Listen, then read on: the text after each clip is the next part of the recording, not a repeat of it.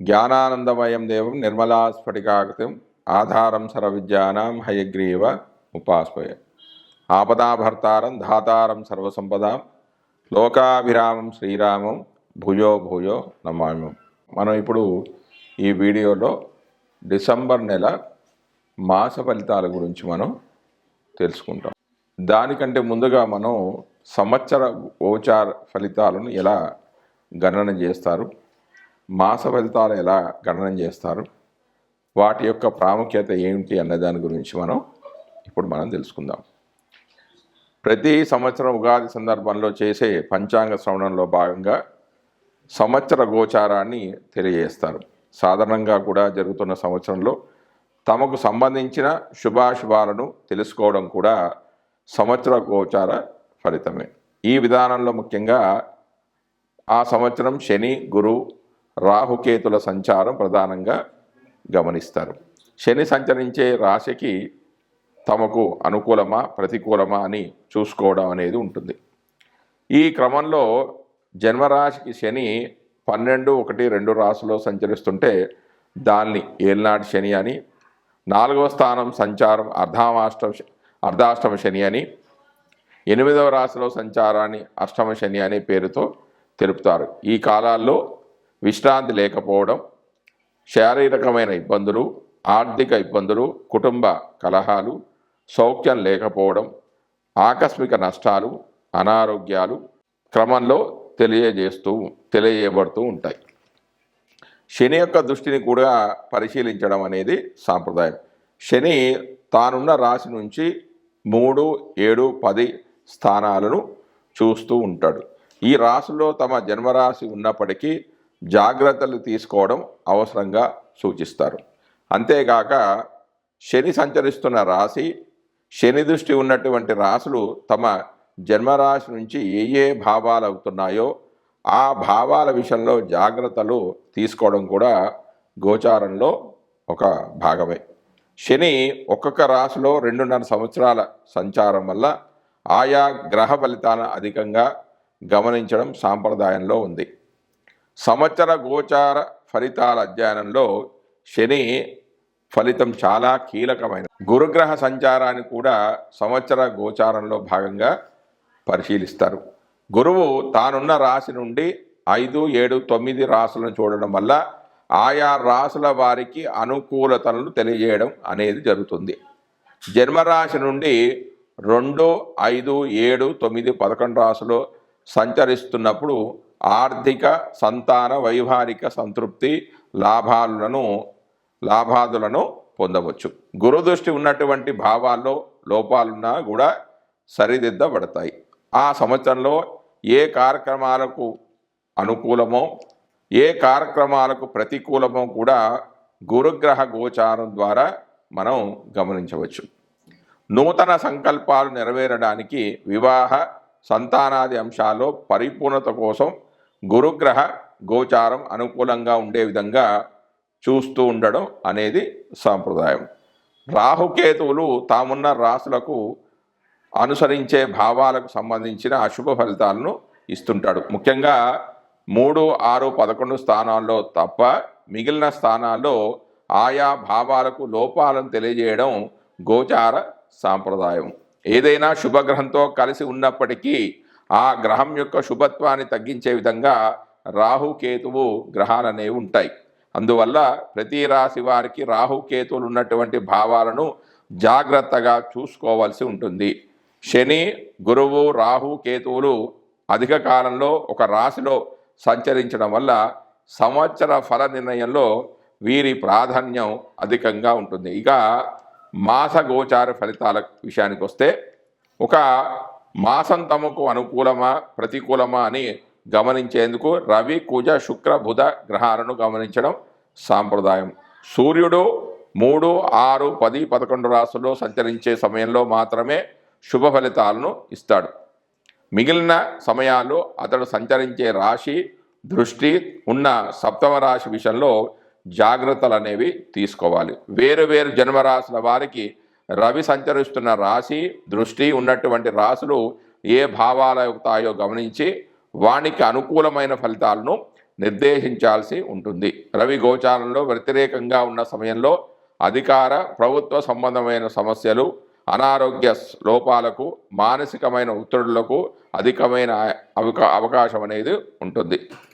మనం ఇప్పుడు ఈ వీడియోలో డిసెంబర్ నెల మాస ఫలితాల గురించి మనం తెలుసుకుంటాం. అంటే డిసెంబర్ నెలలో 12 రాశుల వారికి ఫలితాల గురించి మనం ఇప్పుడు తెలుసుకుందాం. ప్రతి సంవత్సరము ఉగాది సందర్భంలో చేసే పంచాంగ శ్రవణంలో భాగంగా సంవత్సర గోచారాన్ని తెలియజేస్తారు. సాధారణంగా జరుగుతున్న సంవత్సరంలో తమకు సంబంధించిన శుభాశుభాలను తెలుసుకోవడం కూడా సంవత్సర గోచార ఫలితమే. ఈ విధానంలో ముఖ్యంగా ఆ సంవత్సరం శని, గురు, రాహుకేతుల సంచారం ప్రధానంగా గమనిస్తారు. శని సంచరించే రాశి తమకు అనుకూలమా ప్రతికూలమా అని చూసుకోవడం అనేది ఉంటుంది. ఈ క్రమంలో తమ జన్మరాశికి శని 12, 1, 2 రాశిలో సంచరిస్తుంటే దాన్ని ఏల్నాడు శని అని, 4వ స్థాన సంచారం అర్ధమాష్టమ శని అని, 8వ రాశిలో సంచారాన్ని అష్టమ శని అనే పేరుతో తెలుపుతారు. ఈ కాలంలో విశ్రాంతి లేకపోవడం, శారీరకమైన ఇబ్బందులు, ఆర్థిక ఇబ్బందులు, కుటుంబ కలహాలు, సౌఖ్యలోపం, ఆకస్మిక నష్టాలు, అనారోగ్యాలు క్రమంలో తెలియజేయబడుతుంటాయి. శని యొక్క దృష్టిని కూడా పరిశీలించడం సాంప్రదాయం. శని తానున్న రాశి నుంచి 3, 7, 10 స్థానాలను చూస్తూ ఉంటాడు. ఆ రాశుల్లో తమ జన్మరాశి ఉన్నప్పటికీ జాగ్రత్తలు తీసుకోవడం అవసరంగా సూచిస్తారు. అంతేకాక శని సంచరిస్తున్న రాశి, శని దృష్టి ఉన్నటువంటి రాశులు తమ జన్మరాశి నుంచి ఏ భావాలు అవుతున్నాయో ఆయా భావాల విషయంలో జాగ్రత్తలు తీసుకోవడం కూడా గోచారంలో భాగమే. శని ఒక్కొక్క రాశిలోనూ 2.5 సంవత్సరాల సంచారం వల్ల ఈ గ్రహ ఫలితాలను అధికంగా గమనించడం అనేది సాంప్రదాయంలో ఉంది. సంవత్సర గోచార ఫలితాల అధ్యయనంలో శని ఫలితం అనేది చాలా కీలకం. గురుగ్రహ సంచారాన్ని కూడా సంవత్సర గోచారంలో భాగంగా పరిశీలిస్తారు. గురువు తానున్న రాశి నుంచి 5, 7, 9 రాశులను చూడడం వల్ల ఆయా రాశుల వారికి అనుకూలతలను తెలియజేయడం జరుగుతుంది. జన్మరాశి నుంచి 2, 5, 7, 9, 11 రాశులో సంచరిస్తున్నప్పుడు ఆర్థిక, సంతాన, వైవాహిక సంతృప్తి, లాభాలను పొందవచ్చు. గురుదృష్టి ఉన్నటువంటి భావాల్లో లోపాలున్నా కూడా సరిదిద్దబడతాయి. ఆ సంవత్సరంలో ఏ కార్యక్రమాలకు అనుకూలమో, ఏ కార్యక్రమాలకు ప్రతికూలమో కూడా గురుగ్రహ గోచారం ద్వారా గమనించవచ్చు. నూతన సంకల్పాలు నెరవేరడానికి, వివాహ, సంతానాది అంశాల్లో పరిపూర్ణత కోసం గురుగ్రహ గోచారం అనుకూలంగా ఉండే విధంగా చూస్తూ ఉండడం సాంప్రదాయం. రాహుకేతువులు తామున్న రాశులకు అనుసరించే భావాలకు సంబంధించిన అశుభ ఫలితాలను ఇస్తూ ఉంటారు. ముఖ్యంగా 3, 6, 11 స్థానాల్లో తప్ప మిగిలిన స్థానాల్లో ఆయా భావాలకు లోపాలను తెలియజేయడం గోచార సాంప్రదాయం. ఏదైనా శుభగ్రహంతో కలిసి ఉన్నప్పటికీ ఆ గ్రహం యొక్క శుభత్వాన్ని తగ్గించే విధంగా రాహుకేతువులు ఉంటారు. అందువల్ల ప్రతి రాశి వారికి రాహువు, కేతువు ఉన్నటువంటి భావాలను జాగ్రత్తగా చూసుకోవాల్సి ఉంటుంది. శని, గురువు, రాహు, కేతువులు అధిక కాలంలో ఒక రాశిలో సంచరించడం వల్ల సంవత్సర ఫలితాల నిర్ణయంలో వీరి యొక్క ప్రాధాన్యం అధికంగా ఉంటుంది. ఇక మాస గోచార ఫలితాల విషయానికి వస్తే, ఒక మాసం తమకు అనుకూలమా ప్రతికూలమా ఇది గమనించేందుకు రవి, కుజ, శుక్ర, బుధ గ్రహాలను గమనించడం సాంప్రదాయం. సూర్యుడు 3, 6, 10, 11 రాశుల్లో సంచరించే సమయంలో మాత్రమే శుభ ఫలితాలను ఇస్తాడు. మిగిలిన సమయాల్లో అతడు సంచరించే రాశి దృష్టి ఉన్న సప్తమ రాశి విషయంలో జాగ్రత్తలు తీసుకోవాలి. వేరువేరు జన్మరాశుల వారికి రవి సంచరిస్తున్న రాశి దృష్టి ఉన్నటువంటి రాశులు ఏ భావాలు అవుతాయో గమనించి వానికి అనుకూలమైన ఫలితాలను నిర్దేశించాల్సి ఉంటుంది. రవి గోచారంలో వ్యతిరేకంగా ఉన్న సమయంలో అధికార, ప్రభుత్వ సంబంధమైన సమస్యలు, అనారోగ్య లోపాలకు, మానసికమైన ఒత్తిడులకు అధికమైన అవకాశం అనేది ఉంటుంది. అదేవిధంగా కుజుడు గోచారంలో అననుకూలమైన రాశుల్లో సంచరిస్తుంటే చిన్న చిన్న ప్రమాదాలు, ఒత్తిడులు, శారీరకమైన అనారోగ్యాలు, నొప్పులకు అవకాశం అనేది అధికం. అంతేకాక సామాజికంగా అప్పులు పెరగడం, శత్రుత్వాలు అధికం కావడం కూడా ఉంటుంది. తగిన దాన ధర్మాలు అవసరమవుతాయి. 3, 6, 11 రాసుల్లో మాత్రమే శుభ ఫలితాలను కుజుడు ఇచ్చినప్పటికీ తాను సంచరిస్తున్న రాశి దృష్టి ఉన్నటువంటి 4, 7, 8 రాశులను కూడా ఫలితాల విషయంలో పరిగణలోనికి తీసుకోవాలి. బుధుడు గోచారంలో అననుకూలమైన ప్రదేశాల్లో ఉన్నప్పుడు వ్యాపారాదుల్లో లోపాలకు అధికమైన అవకాశం అనేది ఉంటుంది. పెట్టుబడులు ఫలించవు, స్ఫురణ శక్తి అనేది లోపిస్తుంది, శారీరక చైతన్యం తగ్గిపోయే సూచనలు అనేవి ఉన్నాయి. కొంత బలహీన మనస్తత్వం, ఆలోచన తత్వంలో లోపాలకు అవకాశం అనేది కలుగుతుంది. రోగ నిరోధక శక్తి లోపించడం వల్ల కలిగే సమస్యలు అనేవి పెరుగుతాయి. బుధుడు 2, 4, 6, 8, 10, 11 స్థానాల్లో శుభ ఫలితాలను ఇస్తాడు. తాను చూస్తున్న భావాలను కూడా శుభాన్ని ఇస్తాడు. శుక్రుడు అధిక స్థానాల్లో గోచారిత్యా అనుకూలంగా ఉన్నప్పటికీ బలహీనమైన గోచార ఫలితాలనిచ్చే స్థానాల్లో మనోభిష్టాలు నెరవేరక ఇబ్బంది అనేది పడుతూ ఉంటారు. శుక్రుడు ఒక రాశిలో సంచరించే కాలంలో మానసికమైన వ్యవహారాలు, ఆకర్షణలో లోపాలు, ఇబ్బందులకు అవకాశం అనేది ఉంటుంది. అవగాహన లోపాలు ఉంటాయి. శరీరంలో హార్మోన్ల లోపాలు ఏర్పడతాయి. సమతుల్యమైన భావాలు అనేవి దెబ్బతింటాయి. శుక్రుని విషయంలో 6, 7, 10 రాసుల సంచారం మాత్రం లోపమైనది. 6వ సంచారం అధికమైన లోపంగా పరిగణిస్తారు. భార్యాభర్తల మధ్యలో అభిప్రాయ భేదాలకు కూడా ఇటువంటి అంశాలు కారణమవుతాయి. మానసికమైన ఒత్తిడి తీవ్రంగా ఉంటుంది.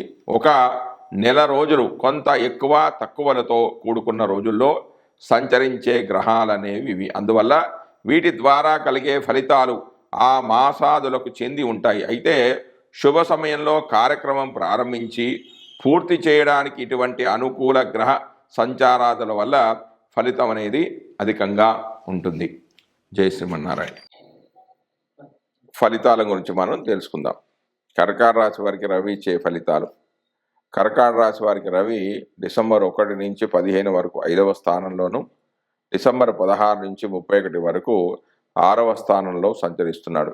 జన్మరాశి నుంచి 5వ రాశిలో సంచరించే కాలంలో స్థిరచిత్తత అనేది ఉండదు. అంటే స్థిరమైన బుద్ధి అనేది ఉండదు.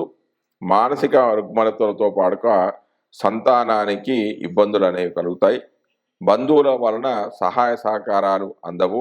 అనుకున్నవి సాధించలేక బాధపడవలసి వస్తుంది. 6వ రాశిలో సంచారం వల్ల అనుకున్న పనులలో విజయాన్ని సాధిస్తారు. ఇంతకుముందు ఉన్న బాధలన్నీ కూడా తొలగిపోయి వృత్తి వ్యాపారాల్లో మేలైన ఫలితాలు లభిస్తాయి. ఇంతకుముందు ఆగిపోయిన పనులన్నీ కూడా జరిగే అవకాశం ఉంది. ఆత్మవిశ్వాసం పెరిగి ఉత్సాహంగా ముందుకు ఉరకలు వేస్తారు. ఇక కుజుడిచ్చే ఫలితాలు. కర్కాటక రాశి వారికి కుజుడు జన్మరాశిలో సంచరిస్తున్నాడు. కుజుడు జన్మరాశిలో సంచరించే కాలంలో గాయాలు తగలవచ్చు. శారీరకంగా నలత, అనారోగ్య బాధ, పైత్య ప్రకోపం అనేవి ఉంటాయి. రక్తంలో కానీ ఆహారంలో కానీ దోషాలు ఏర్పడవచ్చు. దగ్గర వారి ఎడబాటు వల్ల మానసికమైన వ్యధ అనేది కలగవచ్చు. ఖర్చు కూడా ఎక్కువగా ఉంటుంది. ఇక కర్కాటక రాశి వారికి బుధుడిచ్చే ఫలితాలు.